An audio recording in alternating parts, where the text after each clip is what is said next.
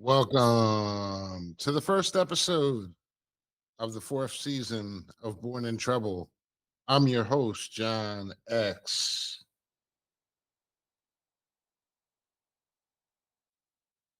Bringing you the best in mid grade conversation all throughout the United States of America. Hey, y'all, how y'all feeling tonight? This is me, John X, here on Born in Trouble.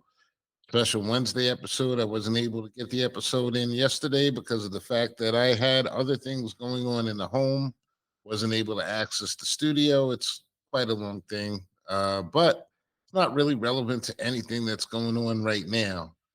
Right now, what's going on is Born in Trouble, the fourth season. So, funny thing is that last week when I was on the episode with my illustrious brother in arms there, Mr. Grant Lancaster from Detroit, Michigan. Big shout out to you, Grant.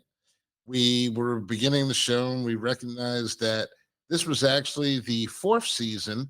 We had completely and totally flipped over the date, which was actually sometime in March.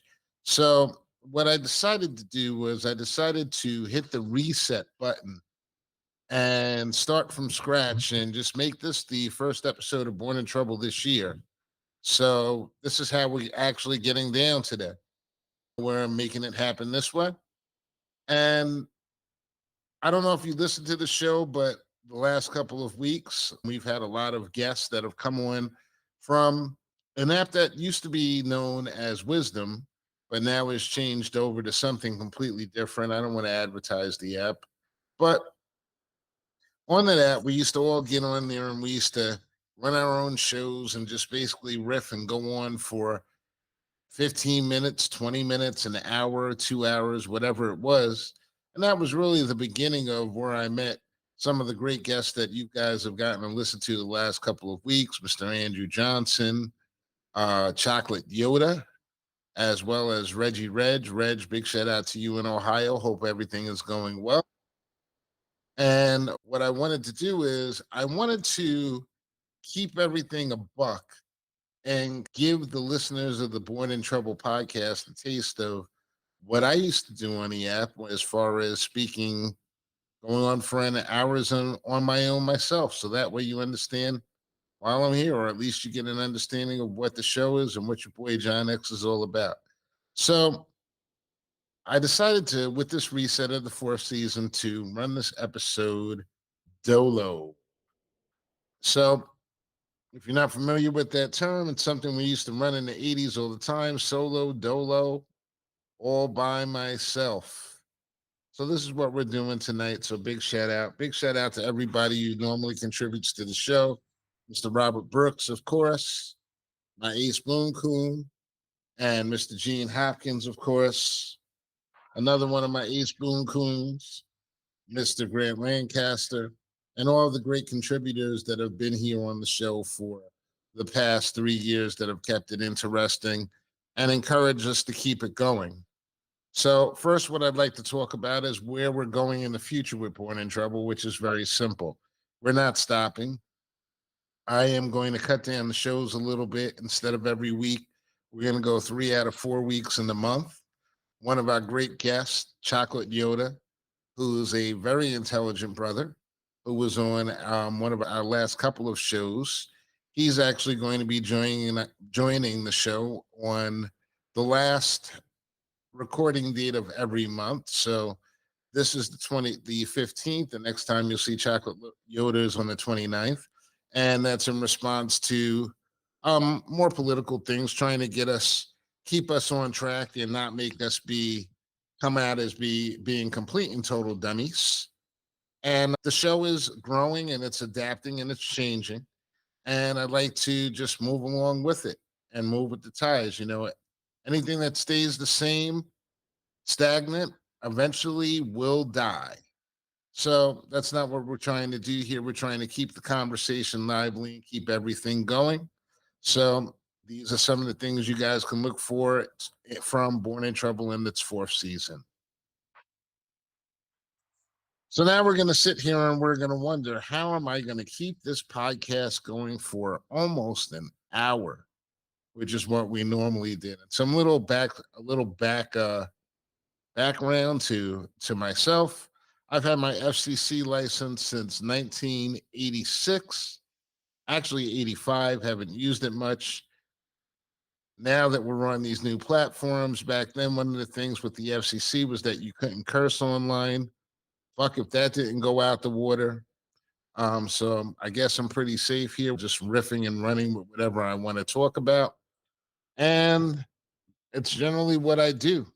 Another reason why I didn't want my boys on this podcast is because I might say some controversial things this evening, especially about the region called the Middle East and some of the other people. And I don't want any of them to catch any backlash.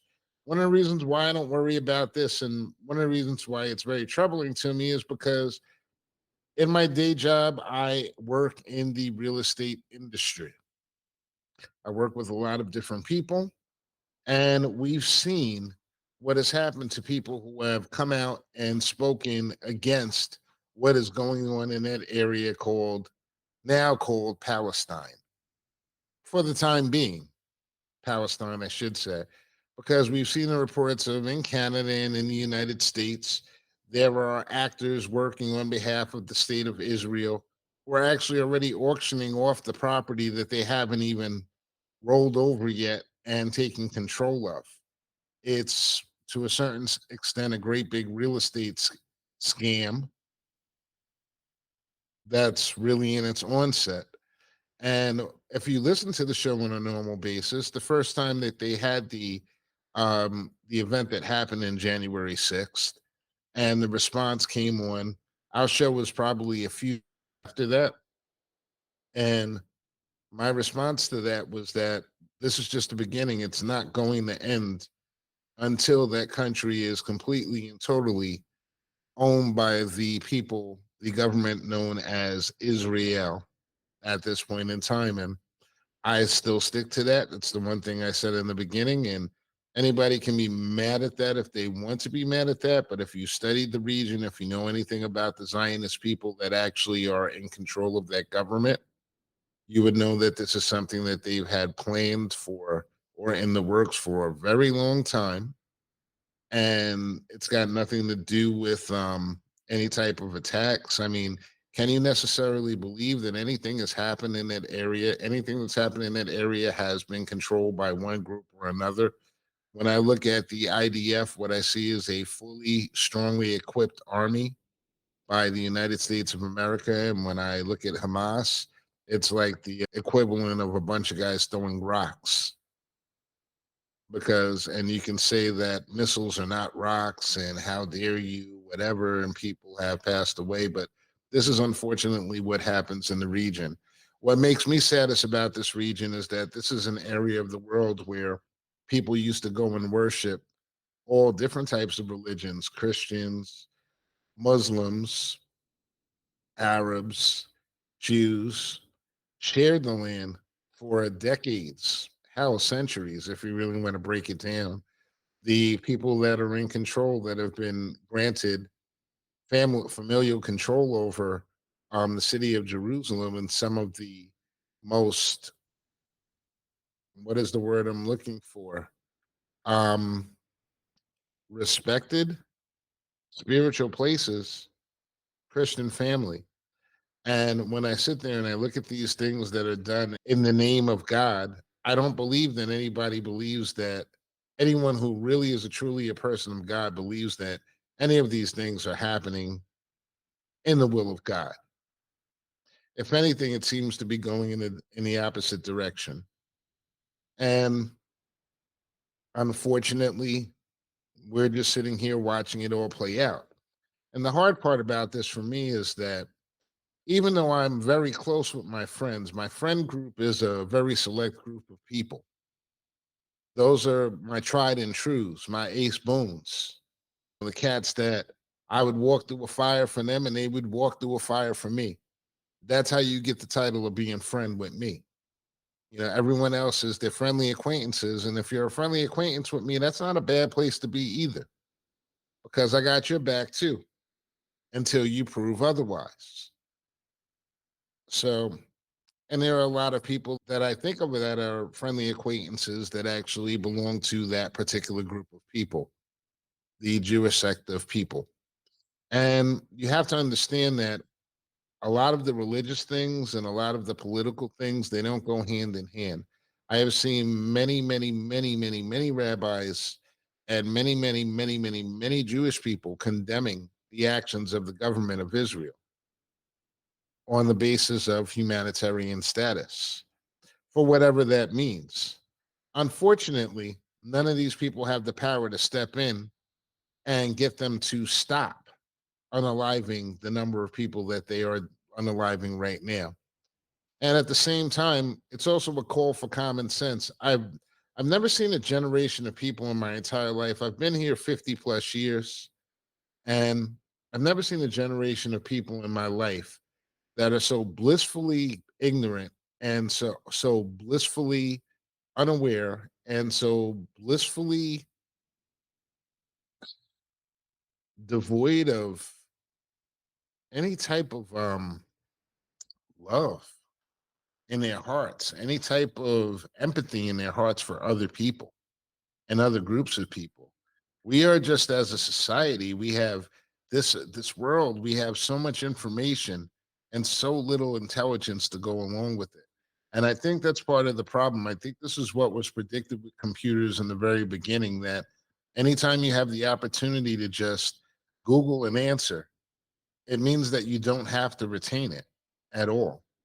And what we've learned over the past couple of years is not only have we been good at not learning things and being blissfully ignorant and coming up with snappy retorts as to why that blissful ignorance is a good thing, we've also come to the point where that information, that blissful ignorance, is actually what's looked for.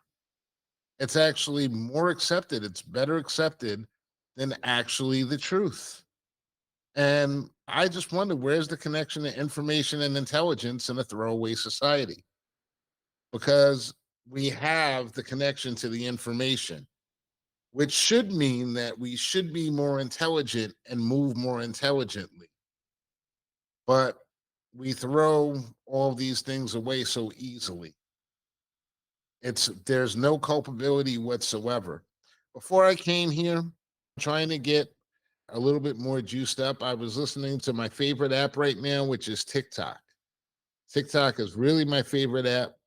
If you get a chance, follow me. I believe I'm John X829, because I'd really love to get into these conversations on TikTok. I kind of slept on it for a very long time.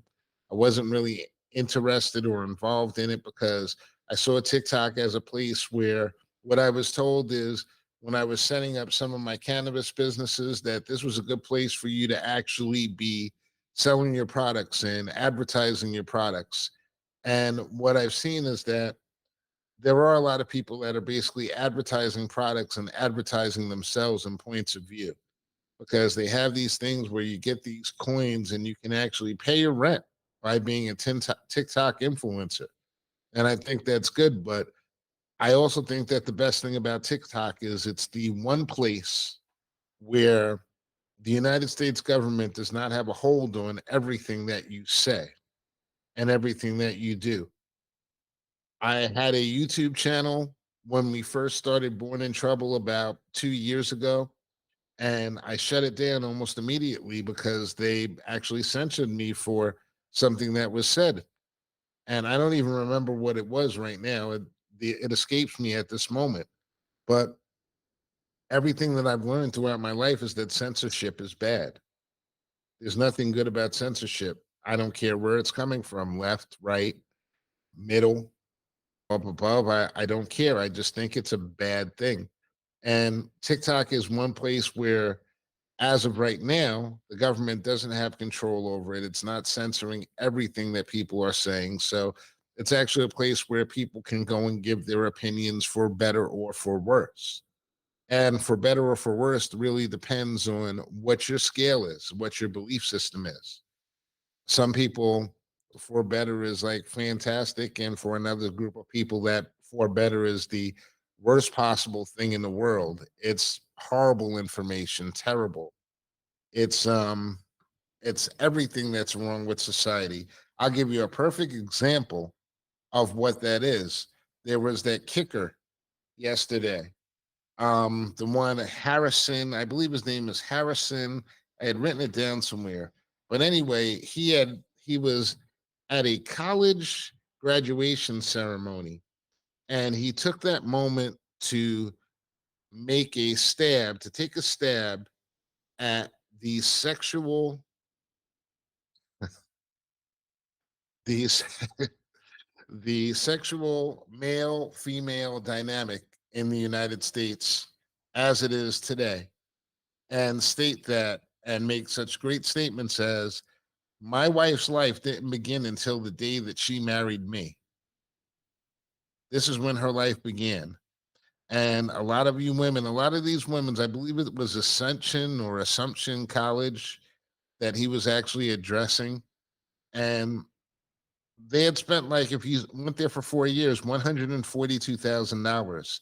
And he was stating that the best thing that these women could do was find a man, get married, and become a homemaker. Now, whether or not I agree with that is a moot point. I don't agree with it. I believe that people should be married. I believe that couples should get together. They should raise their families together. Um, I don't believe in a lot of these things, this whole matriarchy thing where women can do it better. And the reason why is because, like, honestly, we're all just people.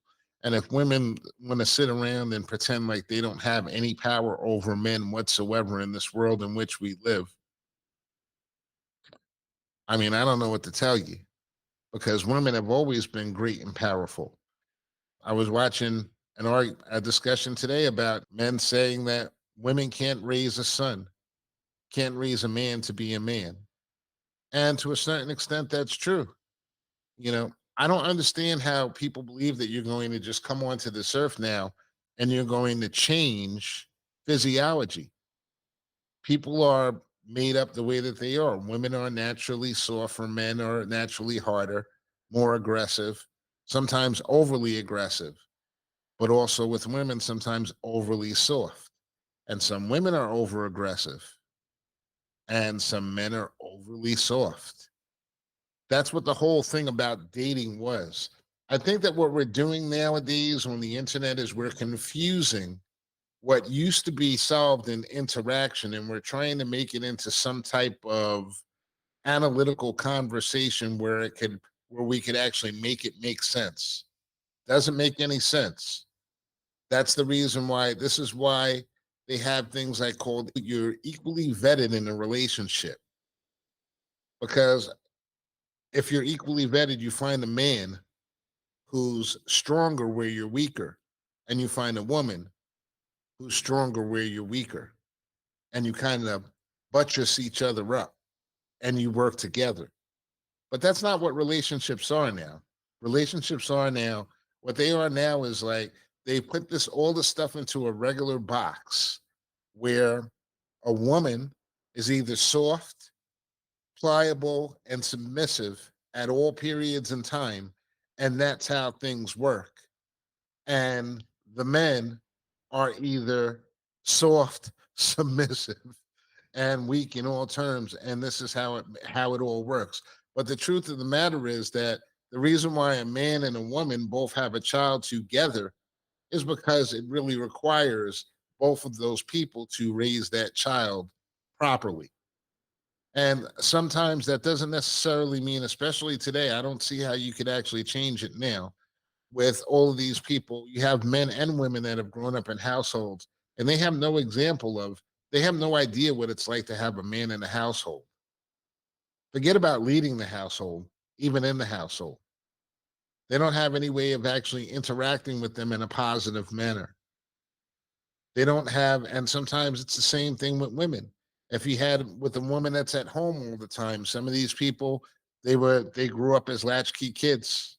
Latchkey kids is what they used to call it when you would come home and you let yourself in and you watch yourself all day long, and then your mom comes home or your dad comes home and makes dinner. And this is what society was, a latchkey society. We don't have that anymore. We don't have that society anymore. What we have is we have a aggressive fighting society. Whereas, especially in the black community, I'm going to break this down to a black community because I'm a black person. I'm a black man. The only thing that people in the black community we used to have in the 60s has had Ungawa Black Power. They had the SNCC. You had the Nation of Islam. You had two forms of the Nation of Islam when Malcolm X broke off and he set his people up. You had the black churches that were working with families. You had Clan Watch. You had people that looked out for each other. There was that head nod actually meant something. And we fast forward to today, and the only thing that gets people interested is a rap battle where people are talking about the worst possible variations and type of personality traits of people that we are supposed to, or that this generation was supposed to admire musically at least. But the thing that brings you to the yard is the dissing of these people. How low can we bring each other down? How low can we shoot? How low can we shoot to keep each other down? And the reason why it's such a negative thing and why it's such a bad thing, it's not even so much about the knocking each other down and knocking each other back. That's only one aspect of it. The other aspect of it is that nobody black is making that money. You're not making that money. For all these people that we have in this community that you can name, producers, um, record executives, quote unquote record executives. We'll get to the most famous one in a minute, or the most famous two in a minute, that have been dragged through the mud. None of these people are running the labels. You still have people like Liar Cohen, who goes on there, who goes on a news show, and when they ask him, why are you promoting prostitution? Why are you promoting murder? Why are you promoting theft through your artist? Why are you promoting discord through your artist? And he says, well, that's what sells. That's what people want to hear. It's not what people always wanted to hear, because in the beginning of rap, Public Enemy, number one rap group, Native Tongues, number one rap group, African Bambaataa and them up in the Bronx. Big shout out to the Zulu Nation, always doing things. Hell, I went to high school. I went to junior high school with Eric Sermon. I've known this cat since 1982. And I sat there and I watched him say some of the most cohesive things on a podcast this week about the music industry and the music business and how bad it's going down. And part of that reason being is because when we were coming up, Eric Sermon and them, we would meet up at block parties. Y'all have block parties? You can't have block parties because they're getting shot up. Why are they getting shot up? Because of trifling behavior. Trifling behavior by who? Well, you could say these toxic men, but you could say these toxic men who are 17, 18, 16, 17, 18, 19-year-olds that are living underneath the roofs of their mom. Is it the mom's fault that she can't control what's out there in the world, or is it the boy's fault because he's just naturally inherently evil, as one person that I just saw said about men, that men are inherently evil, but you're ignoring the half that you put into that. Can we try to do better? Is there a way that we can get better from out of this bad that we have right now? Because listen, shit is what they use for fertilizer. It's another word for shit, fertilizer. So I'm just saying, just give it some thought. Because it was so easy for them to get us here to this point. So easy. You had people that were pushing these different things. You had, women that were once queens and sought after became hoes and thots. And, they went along with it willingly. The bottom, I remember when I was a kid, there was one thing that was true about, there was one thing that was really, really true about the world. And that was if the woman said it, it happened. When I wanted to go to parties, I wasn't trying to go to the parties where the cats had the guns. And there were parties that you could go to where there weren't guns at the party. You go up in the club, you go up in the tunnel in the 1980s and 1990s, you might get hopped by 15 dudes if you did the wrong thing. But you better, and the only way that happens is if the 15 dudes you came with ain't paying attention. It's a different world. It was about getting those, it was about getting together and getting to know you. It's about getting to know each other. And even with that standoff, there was a form and there was a measure of respect from people coming from one area to the next and everything. Now all we do is we just drag each other down. And it's a bad thing. And one thing about these rap battles, it was very clear to me that what happened with this rap thing and what's going on, a lot of this stuff is contrived. I know a lot of people were very up in arms about what was going on with Diddy. Um, I still can't call him Diddy. I've known of him at least since 1987. Our paths crossed first then down at Howard. And when I think of him, I think about Puff. And all I can say about him in that situation is that he's just a product of his environment. And all of these things that have happened over the past couple of weeks with him, I mean, I don't even knock him for it. Most of the stuff. The only thing you could say, people were actually cheering when they had this allegation of the 17-year-old who had flown in from Detroit. I don't know that story. What I do know is that another young lady was on the internet this week. Some famous chick, light skinned, semi famous. I'm old, so I'm not paying attention to what these 17 to 23-year-olds is doing and everything. I don't know your name for the most part. You got to do something that's really interesting in order for me to know your name. But apparently, she was somebody a lot of people knew. And she gave a hit list of all the people that she slept with. And one of the things that she said was that, you can't let all of these dudes know what your age is at the time when you're trying to sleep with them. If that ain't some shady, shisty shit, I don't know what the fuck is. Got so many questions. Nobody's asking her though, because she's beautiful and because she's famous. Maybe she's an actress, maybe she's a rapper or a singer or whatever, but nobody's asking where her parents are. Nobody's asking that girl where her mama is. Where's your mama? Trying to tell you and explain to you how not to get with these men, these grown-ass men. Of course they're going after 18-year-olds. Have you seen the music business ever since ever? You've got rock artists and stars that are talking about they had full-blown relationships with 12, 13, 14-year-old white women, white artists, white women. This is what that world is. Is that right? Is it wrong? I'll tell you what it is. Honestly, what it is it's not your circle. It's not your cipher. It's not your life.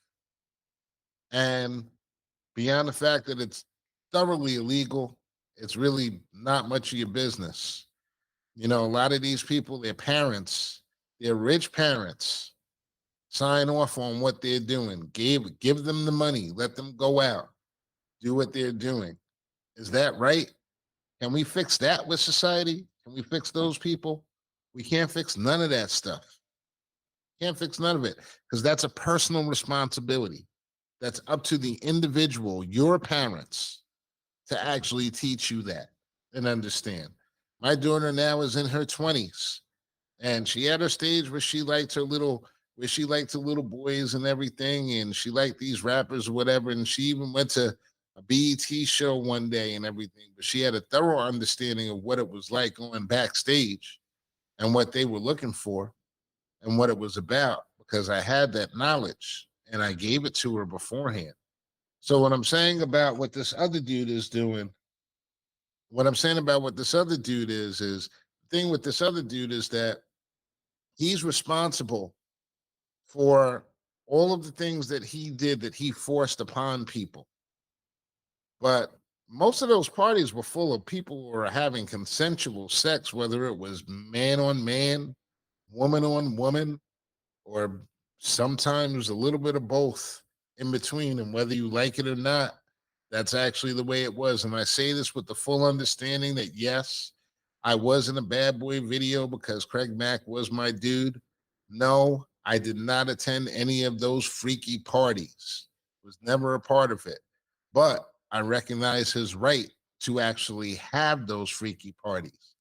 How many houses are there out here on Long Island on a Friday or Saturday night that are full of freaks and full leather and whips and gear and doing whatever the hell it is that they want to do?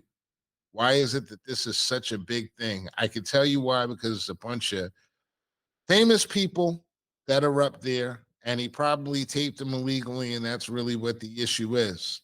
But at the end of the day, it doesn't have anything to do with anything that has to do with anything that's going to help us as a community to move forward or to move upward and outward. And on that, I'm going to leave that alone. And I am going to talk about something else. And I'm going to talk about the big R word, which is racism. But one of my favorite parts of the R word, which is economic racism. NPR had a report this week, or at least I don't know when it was posted, but I saw it this week. And it was about the US GDP.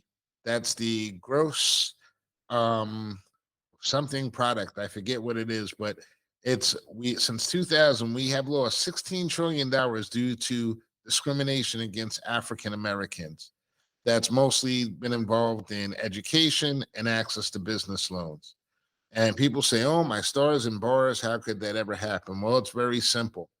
As someone who is a lender and who did do mortgages, a lot of times you'll have someone who comes in with the exact same mortgage credit rating as the next person, say a 700 or a 720.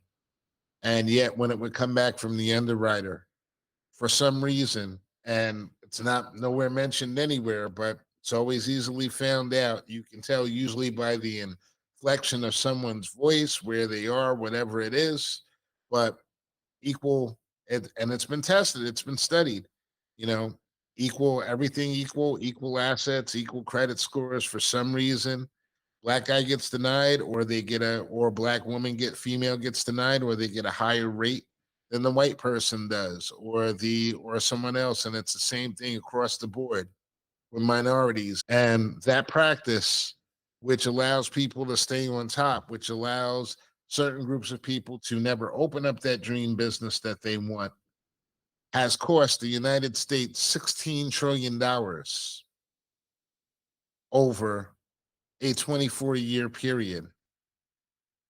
$16 trillion. That's jobs that are not available to people. That is education that isn't available to people. So it got me thinking about, first of all, I have to let y'all know, like, I believe that anyone who believes in politics, Republicans, Democrats, whatever, I believe you're all chumps. I'm sorry, I just have to let you know, I believe you're all chumps. You've all been fooled for the most part, unless you're someone, if you're listening to the show, which I doubt, you listen to the show and you have $10 million, I believe that's where actual wealth in the United States of America actually begins. You've got $10 million and you're taking that money and you're putting it through the right systems and the right values and the right models and modules, then it may make sense for you to be a Republican or a Democrat, because you may want to keep that money flowing into these people, these normies, as Grant would say, the 85s, who really don't have any skin in the game, but identify with people who do. Okay. You don't have any skin in the game, but you identify with people who do. I believe that they're all suckers, because while you vote for one or you vote for the other, the train keeps rolling on down the track, getting closer and closer to your soon to be ran over dead carcass and body. And once that train has run over you, if you're lucky enough to still be alive, then the buzzards are going to come and they're going to peck your eyeballs out, and they're going to take whatever bones are left of you. There's a reason why they're taking Social Security and they're moving it towards 72.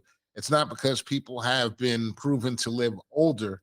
As a matter of fact, after COVID, we had such a stark jump in the life expectancy that we actually lost like a year or two just over the course of the time of COVID. So it's not as if people are going to live longer and they're going to collect on that Social Security. That's not what it is. What it is the goal of this machine is to make sure that you never collect on Social Security. Never. So they push it out to 72 because someone has done an actuary that's told them from the year 71 to 72, X amount of people are dying off. And if they get to that 72, when you first retire from work, it's a known thing. For example, Charles Schultz, the writer of the Peanuts, he wrote his last comic on a Sunday and he died on Saturday and he died on a Sunday morning. People need purpose in life in order to live and to achieve many times, and to just have a reason to get up. And one of the things that you're not going to see with that now is you're not going to see those people. And the older you get, the less important you become. And one of the reasons why I say that if you're a political person, you're an idiot. Let me give you a perfect example. Many people have mistaken me for a quote unquote Democrat. And after speaking to me, they find out that my policies and my beliefs and my thought system is actually closer to that of a conservative. The reason why the two twains never meet is because of something else that we're doing right now, which is trying to kill DEI, diversity, equity, and inclusion. The same thing, that same type of diversity and equity. Equity simply means all things being fair. If we had equity since 2000, we would have an additional 16 trillion flowing through the economy right now. So it makes you wonder. You have all these conversations about Trump, and that's one of the things that Chocolate Yoda is really great at, and that's one of the reasons why I'm really looking forward to having him on the show once a month. And the reason why is because most people don't understand the way that a lot of these things work and how they actually affect you. You just basically say these things and you think that it just means something different. Equity, diversity, equity, 16 trillion dollars. Those are jobs. But the real thing with the United States of America, with too many people, and I'm not saying all people, but too many people, is their identity. And politics is all about identity. It's all about who you go to your barbecues with. There are so many times when I was driving out here on Long Island. Long Island is Trump land. Okay. And during the election year, we would see like a whole bunch, even when Trump was president, we would see caravans of trucks and people just driving out east or driving to a different place. There'd be 40, 50, 60 cars with their flags and blasting their horns and yelling out their windows, Trump, Trump, Trump. And to bring it back to the beginning of the show, that's their block party. That's how they identify. They have these trucks that they can't afford, these houses that they can't afford, these debts that they can't afford, these policies that they're pushing that they believe in that don't benefit them. But what they know is that Trump tells them that you were not forgotten. You are not going to be replaced. So they love him. So they identify with this philosophy. And what these people have done is, between the Democrats and the Republicans, is that they've split these two issues down the middle. So they give you some things that are good on one side, some things that are good on the other side, and never sell the two twains meet. If you're a conservative and you vote for anything that is Democratic, you will not have a seat. And when you look at all of these things, and what is the last thing about all of these elected officials in these places? The one group that you better not say anything about, you better not say anything about Israel. Because if you say anything about Israel, the JDL and that lobby, they're going to get in there and they're going to make sure that you don't get your seat. They're going to defund you. They're going to primary you. And if you do get to keep your seat, they're going to make sure that you go back there and you are completely and totally broke. Now, is that necessarily a bad thing for someone who works for the government and quote unquote is supposed to be working for the people? I don't think it's a bad thing if you're not able to amass a fortune while you sit in a Congress or a congressional seat or a senatorial seat. Bob Menendez might say something different as he counts his gold bars before his trial, which he may have to use to pay for his defense.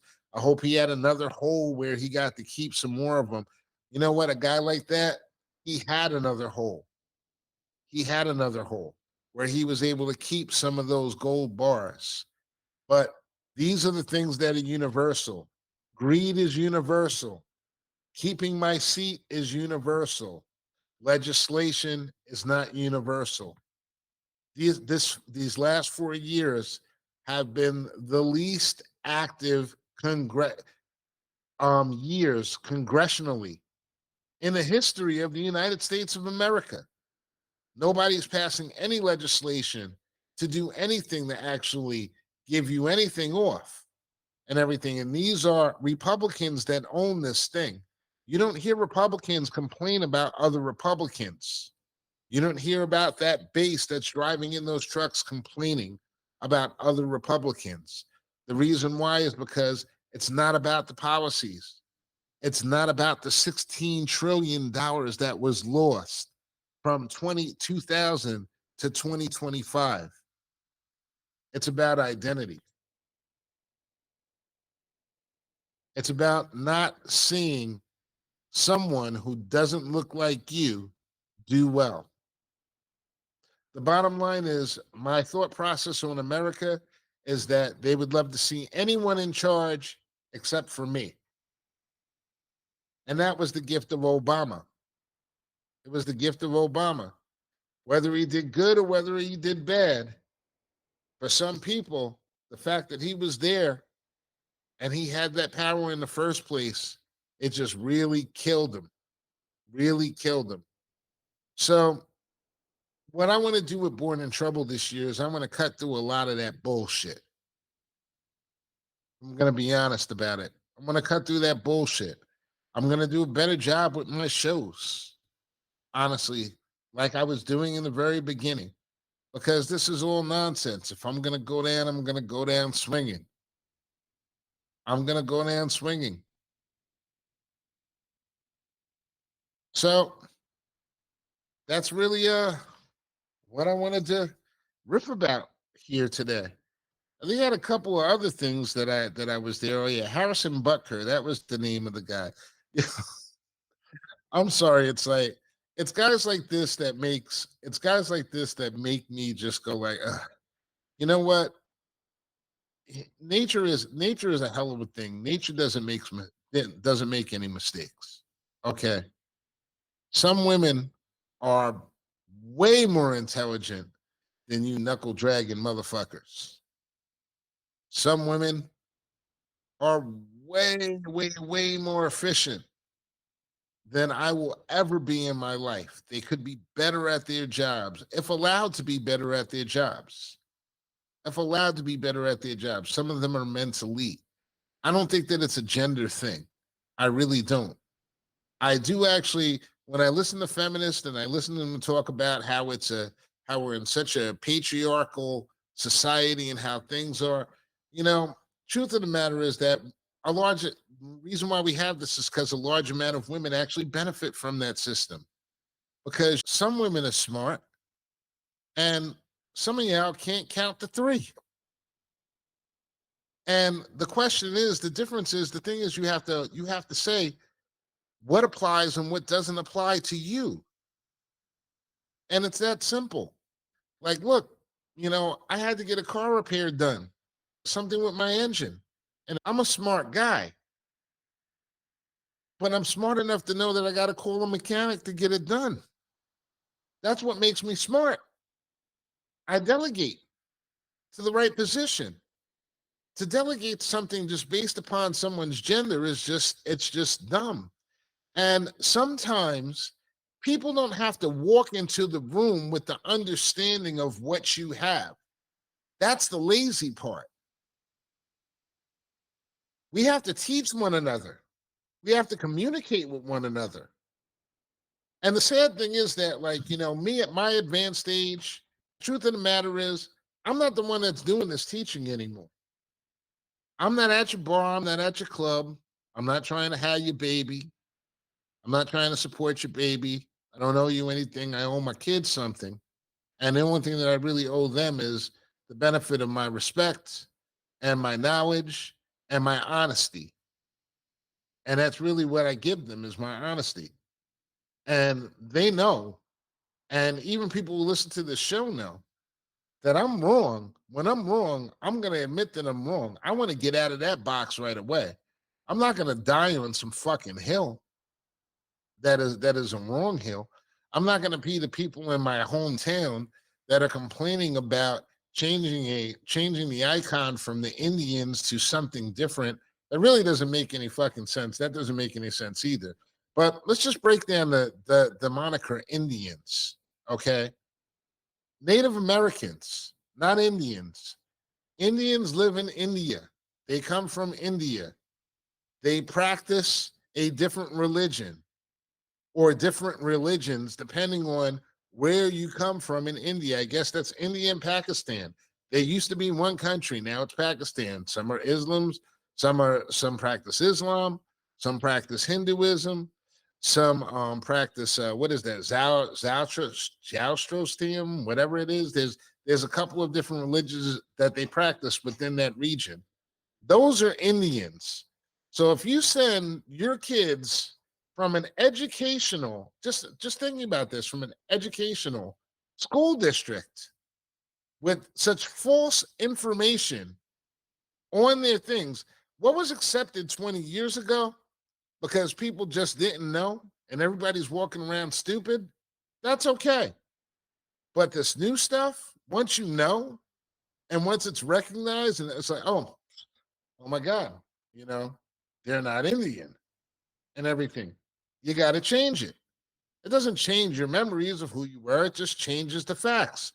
It's like we have to accept that shit changes. If you don't accept that things change, then you can't adapt. It's like you adapt to survive.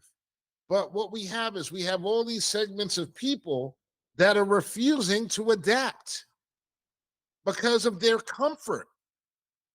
But when your comfort becomes discomfort, they want to complain about that too. Y'all got to stop being so fucking lazy. And that's really what it comes down to. You got to take some hits. Nobody wants to take some hits. And I understand everybody is taking hits. My generation, they're either doing really well or they're doing really poorly. Generation after that, they're doing them like much more shittier than the other past generations, the 40-year-olds and down have done, because of the fact that the economy changed, the world changed. We don't have industry where people work 30-year jobs, but we have to make smart decisions collectively. You can't let these like rich fuckers just take everything, which is going to bring me to my last topic. You see, look, 49 minutes and I barely even took a breath. It wasn't so bad. It really wasn't so bad. So I had a post on Facebook that got deleted this weekend, or actually it was like they gave me the opportunity, quote unquote, to delete it. And it was about inflation. And it noted that despite inflation, all of these corporations, and it lists the profits of these corporations, were doing just well.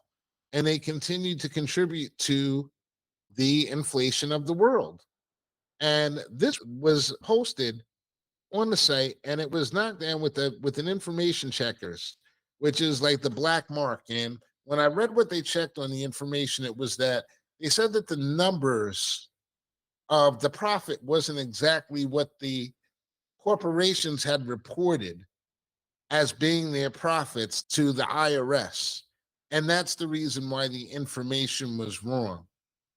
Big surprise there. You mean to tell me that a corporation that can afford to pay thousands of accountants and thousands of attorneys to file their taxes every year and keep their courses and find the loopholes, a corporation that pays lobbies to go in and write laws that will allows Congress to write tax loopholes into the tax code that they don't have, that the numbers would be off from what they say and everything, what they actually made. Truth of the matter is, it's some stuff that's gathered from here or there. Maybe it's not the entire profits, but they use that as a reason to say that this is not true about corporations contributing to inflation. And I call bullshit on that. And the reason why I call bullshit on that is because we've talked about it even on this show before. If you don't know, first time corporations are looking to save profits, they either cut jobs or they cut salaries. And sometimes they do both. If they don't grow in a quarter, they have all these different ways that always trickle down to the little guy. And if you think that a tech company having layoffs on the 20th of December, 5 days before Christmas, a insurance company having mass layoffs 5 days before Christmas, a company having a drive for jobs that they never actually hire people for. They have headhunters that are out there that are reporting that they're looking for people. They get them lined up for these jobs, and then at the end, they never actually get hired, but they still have the searches. This is the world in which you live. You live in a world of bullshit where all these things are happening. And to go back to this $16 trillion that was denied from the economy because you don't want corporations having competition from regular people, because that's what it comes down to. The beautiful thing about this country and the economy they're skipping over all these different things for you guys. And one of the things about this economy is that anybody could wake up any day, come up with an idea, go to a bank, get a loan, put the idea through, and they can make themselves a success. And this was something at my age. If you read the book Think and Grow Rich, most of the people that actually achieved their success didn't achieve their success until their mid 40s to late 50s. You never hear that anymore. What you hear from kids is it's 20-year-old influencers. They're the ones that are making all the money. They're the ones that are going to Dubai. And God forbid, I listen. And listen, I'm all for change and God bless you and everything. If you're an influencer, though, get yourself an accountant. Get yourself an investment guy and don't spend all that money. Take that money and buy tangible things like real estate that they're trying to lock you out. Make that money actually work for you, because that could be gone in a second too. That's just the way it works. It's not meant for you to keep. One of the reasons why you don't know how many people I've spoken to when I was in my 30s that say, "Oh my God, I'm so happy I'm successful now and not in my 20s." Because I was in my 20s, I was a dumbass. I just blow that shit, and that's what a lot of these people expect from you. You go to the bar, you go out. You've got women that are saying like, "Okay, we want to rule the world, but we don't want to pay for dinner." So your husband is at dinner here. He needs to pay for all of us. We can run the world. Oh, yeah, hell yeah. Y'all have already figured it out. If somebody else is paying for your shit, then you're winning. You can run anything if you don't have to actually take responsibility for it and do it yourself. Makes perfect sense.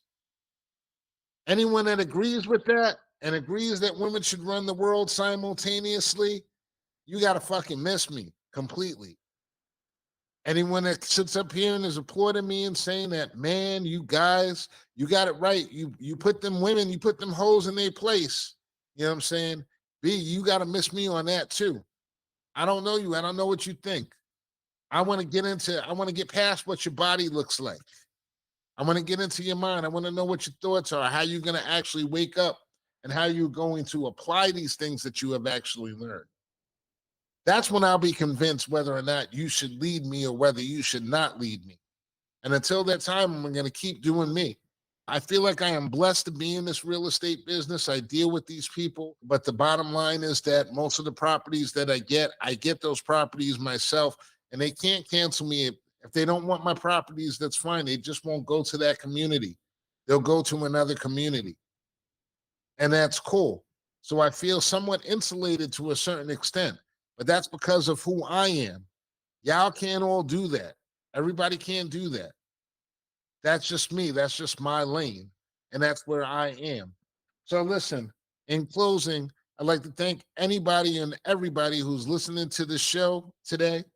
And also check out the last episode that I had with Mr. Grant Lancaster. I'm actually going to put up a post there. I didn't actually put it on the podcast, but it is on YouTube. And one of the reasons why I put it on YouTube, it's a lost episode. So that's the first piece of trivia. That's the first official lost episode. But hey, listen, one in trouble. I'd like to say peace to everybody out there. My guys, Grant, Rob, Dean, um, of course, Reggie Reg, of course, Mr. Andrew Johnson, the 313 podcast. We actually have he's actually Grant and I were actually on his podcast last week talking about a very interesting family topic. Check out the 313 podcast. And of course, I forget chocolate Yodas. I think it has something to do with truth in it, but chocolate Yoda.